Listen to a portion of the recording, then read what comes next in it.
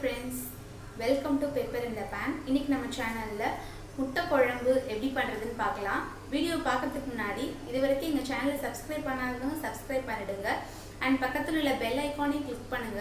அப்பதான் நாங்க போற அடுத்த வீடியோக்கான நோட்டிஃபிகேஷன் வந்து சேரும். வாங்க வீடியோக்குள்ள போலாம்.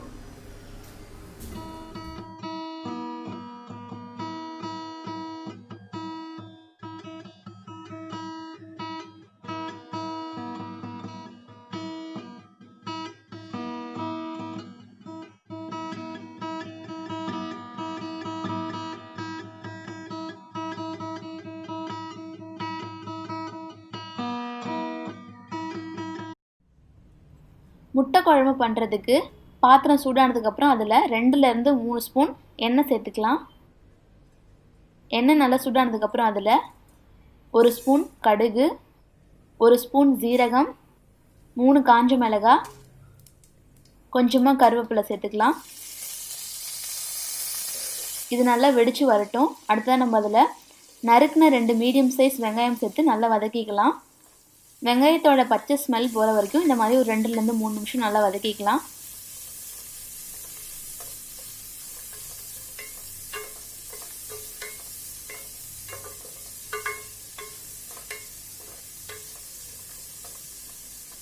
வெங்காயம் நல்லா வதங்கிடுச்சு. அடுத்தது இதில் 1 ஸ்பூன் இஞ்சி பூண்டு விழுது சேர்த்து நல்லா மிக்ஸ் பண்ணிக்கலாம். இஞ்சி பூண்டோட பச்சை ஸ்மெல் போகிற வரைக்கும் நல்லா இந்த மாதிரி நல்லா வதக்கிக்கலாம். வெங்காயத்தோடு சேர்த்து ஒன்றோட ஒன்று நல்லா.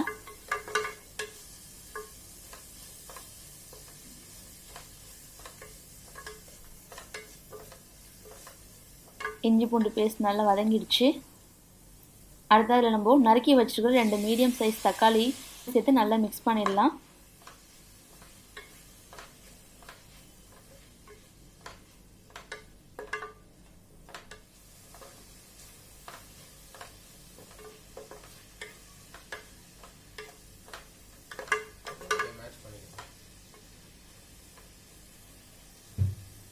அடுத்த இதில் 1/2 ஸ்பூன் மஞ்சள்தூள்,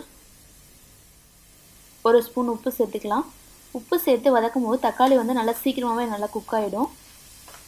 உப்பு வந்து இப்போ நான் 1 ஸ்பூன் தான் போட்டிருக்கேன். லாஸ்ட்டில் நம்ம டேஸ்ட் பண்ணி பார்த்துட்டு தேவையான உப்பு சேர்த்துக்கலாம்.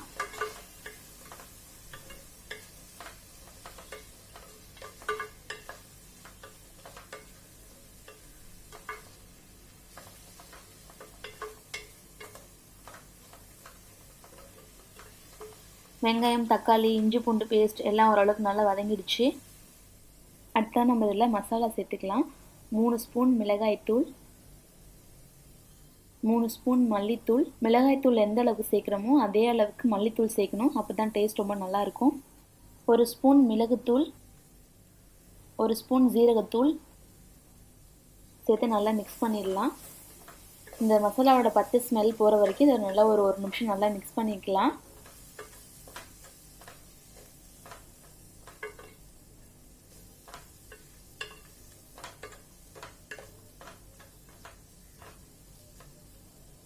நல்லா மிக்ஸ் பண்ணதுக்கப்புறம் இதில் நம்ம ஒரு 1/4 டம்ளர் தண்ணி சேர்த்துக்கலாம்.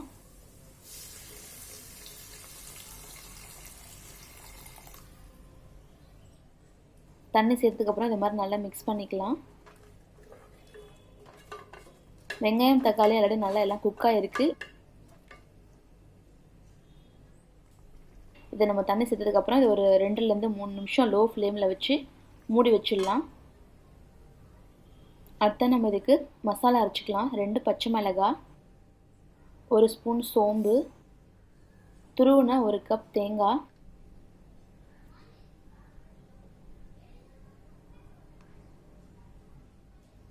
ஒரு 7லேருந்து 8 முந்திரி. இதை நம்ம கொஞ்சமாக தண்ணி சேர்த்து அரைச்சிக்கலாம். இது ஒரு 3 நிமிஷத்துக்கு அப்புறம் பாருங்கள் நல்லா வெந்து வந்திருக்கு எல்லாம். இப்போ இதில் நம்ம அரைச்சி வச்சுட்டு இந்த பேஸ்ட்டை சேர்த்துடலாம்.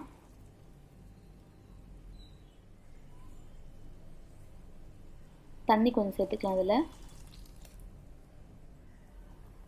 சேர்த்து நல்லா மிக்ஸ் பண்ணி விட்டுடலாம். 3 ஸ்பூன் மிளகாய்த்தூள், 2 பச்சை மிளகாய்லாம் போட்டிருக்கோம். காரம் எப்படி இருக்குன்னு யோசிக்கிறீங்களா? காரம் வந்து அந்தளவுக்கு இருக்கவே இருக்காது. நம்ம தேங்காய் சேர்க்கறதுனால இந்த காரம் வந்து பேலன்ஸ் ஆகிடும்.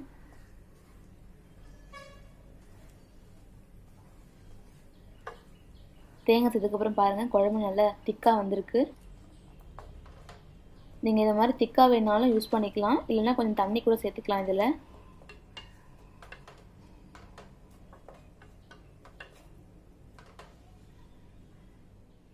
நான் வந்து இதில் கொஞ்சமாக தண்ணி சேர்த்துக்கிறேன். இப்போ வந்து நம்ம உப்பு போட்டுக்கலாம். ஆல்ரெடி 1 ஸ்பூன் உப்பு போட்டிருக்கோம். அடுத்த இதில் கொத்தமல்லி சேர்த்து நல்லா மிக்ஸ் பண்ணி விட்டுடலாம்.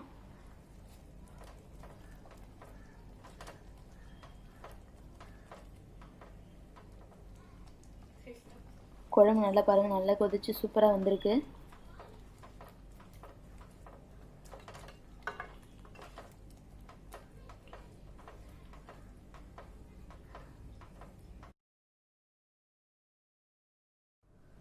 இதோட ஒரு 2 நிமிஷம் நல்லா மூடி வச்சிடலாம். 2 நிமிஷத்துக்கு அப்புறம் பாருங்கள், தேங்காய் பச்சை ஸ்மெல்லாம் போய் குழம்பு நல்லா வாசனை ரொம்ப சூப்பராக இருக்குது.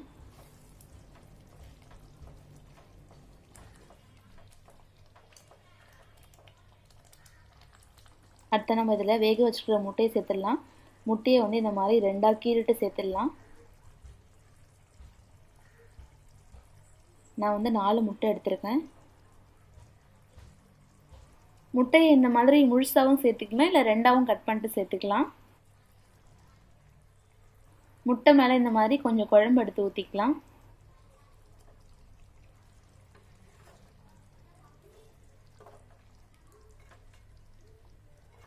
முட்டை சேர்த்ததுக்கப்புறம் நம்ம வந்து அடுப்பை வந்து ஒரு 2லேருந்து 3 நிமிஷம் லோ ஃப்ளேமில் வச்சுக்கலாம்.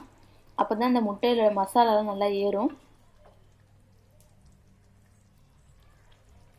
3 நிமிஷம் கழிச்சு ஆஃப் பண்ணிடலாம். பாருங்கள், சூப்பரான முட்டை குழம்பு ரெடி ஆயிடுச்சு.